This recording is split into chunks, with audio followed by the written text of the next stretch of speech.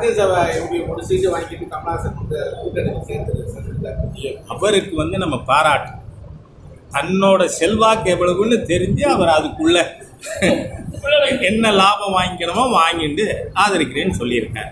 So I appreciate is political smartness.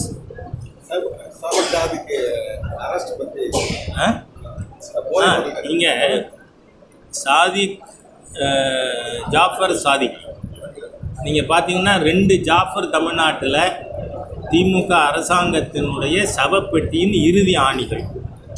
ஒன்று ஜாஃபர் சேட்டு, இன்னொன்று ஜாஃபர் சாதிக். காரணம் என்ன? ஜாஃபர் சேட்டும் ராசாவும் பேசின வீடியோ ஆடியோ கால் வெளில வந்திருக்கு. ஒரு போலீஸ் ஆஃபீஸர் வெக்கமே இல்லாமல் ஆளுங்கட்சியோட ஊழலுக்கு துணை போகிற ஒரு officer he should be arrested first. அந்த மாதிரியான ஒரு இன்றைக்கி ஜாஃபர் சாதிக் கைதாகிருக்கார். இப்போ ஒரு கட்சியில் ஏற்கனவே நிர்வாகியாக இருந்தார், தப்பு பண்ணார். அப்போ அந்த கட்சி அவரை நீக்கிட்டோம் நாங்கள் அப்படின்னு சொன்னால் ஏற்றுக்கணும். இது நானும் ஒப்புக்கொள்ளக்கூடிய விஷயம். ஆனால் அப்படி இல்லை. 2006 போதைப் பொருள் கடத்துகின்ற நபர். அவர் 2013 இந்த போதைப்பொருள் செய்வதற்கான வேதிப்பொருள் கேட்டமீன் 38 கிலோ மலேசியாவுக்கு கடத்தினதுனால கைது செய்யப்பட்டு சென்னையிலும் மும்பையிலும் பல மாதங்கள் சிறையில் இருந்தவர். அப்போ அது ஸ்டாலினுக்கு தெரியாத?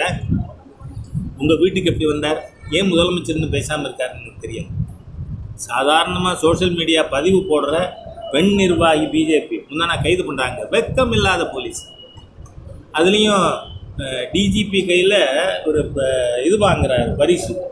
அதுக்கு டிஜிபி கேட்டால் சொல்கிறாரு, நார்காட்டிக் கண்ட்ரோல் பீரோ என்ன பண்ணிருச்சு, இதுக்கு விலையை கூட போட்டுடுத்துன்னு. ஏன் இத்தனை கிலோ பிடிச்சிருக்குங்கிறது உண்மை தானே? கிலோ 1,30,000 இல்லை 1,20,000 அதுவா டிஜிபி பேசுறது? கொஞ்சம் கூட உங்களுக்கு வர வர காமன் சென்ஸ் இல்லாத ஒரு காவல்துறை. முதல்ல நீங்கள் அந்த மாதிரி நபர்கிட்ட எப்படி நீங்கள் வாங்கினீங்க சிசிடிவி? போலீஸுக்கு இந்த பின்னணி தெரியாதா? புழல் ஜெயிலில் இருந்தாரே மாதக்கணக்காக, அதெல்லாம் போலீஸ்கிட்ட ரெக்கார்டு இல்லையா? ஆகவே நாம் இது அறிந்தே அரசாங்கமும் காவல்துறையும் ஒரு போதைப்பொருள் கடத்தல் பேர் வழியை ப்ரொமோட் பண்ணியிருக்காங்கன்னு நான் குற்றம் சாட்டுறேன். காவல்துறையும் it's also responsible. DGP is responsible. ஏன்னா புகழ் சிறையில் சாதிக்கு இருந்தது டிஜிபிக்கு தெரியாதா? என்ன பண்ணிட்டு இருக்கீங்க நீங்கள்? எதுக்கு அதிகாரியாக இருக்கீங்க?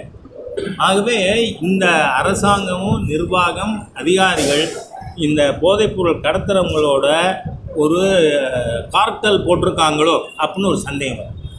இல்லைன்னா அது நடந்திருக்காது.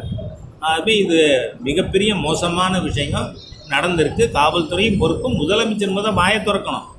எல்லாத்துக்கும் அப்பா பேரை வச்சுக்கிண்டு அறிவிப்பெல்லாம் பண்ணிட்டு இருக்கீங்க. பஸ் ஸ்டாண்டு கோயில் இடித்து பஸ் ஸ்டாண்டு திறந்தால் அதுக்கும் உங்கள் அப்பா பேர். பிரதம மந்திரி கிராமப்புற சாலை திட்டமாக அதுக்கு உங்கள் அப்பா பேர். என்ன நடக்கிறது? இதுக்கு பதில் சொல்லுங்கள். உங்கள் குடும்ப உறுப்பினராக அவர் எப்படி வந்தார்? குடும்பத்து பெண்கள் அதை எப்படி அவரை ஆதரித்து சோஷியல் மீடியா பதிவெல்லாம் போட்டாங்க? இது ரொம்ப கவலை அளிக்கக்கூடிய விஷயம். இதுக்கு முதலமைச்சர் ஸ்டாலின் அவர்கள் பதில் சொல்லணும்.